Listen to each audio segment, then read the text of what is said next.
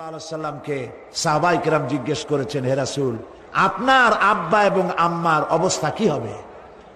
নবী করিম সাল্লাল্লাহু আলাইহি সাল্লাম কেঁদে ফেলেছেন, সব বলেছেন, আমি তাদের কোনো উপকারে আসব না। আল্লাহু আকবার। আপনি মনে করছেন নাকি যে ইয়া নবী সালাম আলাইকা বলি অমনি নবীর সুপারিশ পাবেন?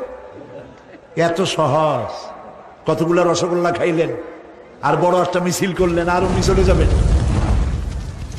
পৃথিবীর সব মানুষ, সাহাবায়ে কেরাম বাদ দেন, পৃথিবীর সমস্ত মানুষ একত্রিত হয়ে আবু তালেব রাসূলুল্লাহকে যে ভালোবেসেছেন, ওর 1000 ভাগের 1 ভাগও সারা দুনিয়ার মানুষ রাসূলুল্লাহকেই ভালোবাসতে পারবে? পারবে? নিজের ছেলে আলীকে, আলী রাদিয়াল্লাহু তাআলা আনহুকে আলাদায় বিছানায় শোয়াইয়া, ছোট্ট মানুষ হযরত আলী আলাদা জায়গায় রাখিয়া মুহাম্মদুর রাসূলুল্লাহ সাল্লাল্লাহু আলাইহি সাল্লাম এতিম মানুষ, তারে কলিজার সাথে বুকের মধ্যে আশ্রয় দিয়ে আগলে রেখেছেন বুক ভরে। সেই আবু তালেব মৃত্যুর সময় নবী করিম সাল্লাল্লাহু আলাইহি সাল্লাম বলেছিলেন, চাচা একটি বার আমার কানে তাওহীদের কালেমা শোনায় দেন। আবু তালেব, তার কিসমতে ছিল না কালেমা। মরে যাওয়ার পর একজন সাহাবী বলেছিলেন, ইয়া রাসূলুল্লাহ, মৃত্যুর সময় আবু তালেবের মুখ আমি নড়তে দেখেছি, তিনি কালেমা পড়েছেন সম্ভবত। রাসূলুল্লাহ সাদ বলেছেন, আমি শুনি নাই। এত ভালোবাসার পরেও হাদিস শরীফে এসেছে আবু তালেব জাহান্নামে যাবে। কোথায় যাবে? জাহান্নামে। সবচাইতে কম আযাব হবে কার? আবু তালেবের। কম আযাবটা কি?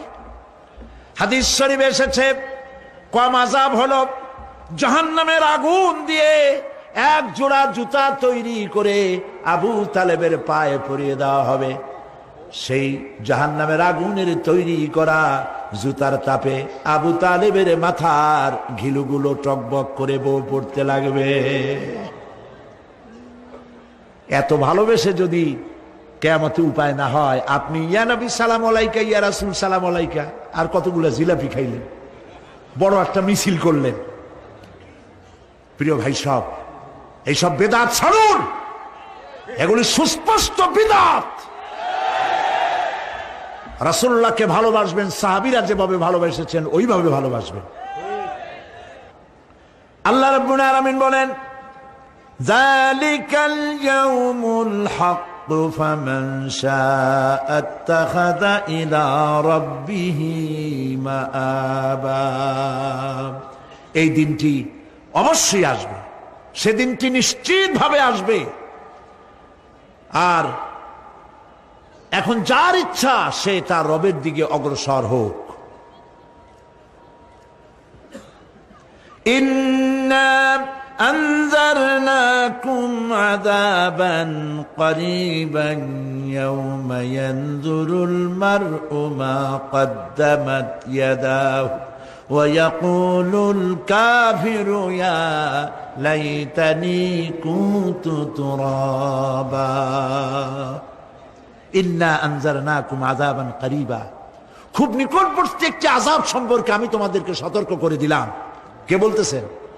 আল্লাহ পাক। লক্ষ্য করুন আল্লাহ কি বলছেন, খুব নিকটবর্তী একটি কঠিন শাস্তি, আযাব অর্থাৎ কিয়ামত, এ সম্পর্কে আমি তোমাদেরকে সতর্ক করে দিলাম। ইয়াউমা ইয়ানজুরুল মার'উ মা কদ্দামাত ইয়াদাহু, সেদিন প্রত্যেকটি লোক যা সে পাঠিয়ে দিয়ে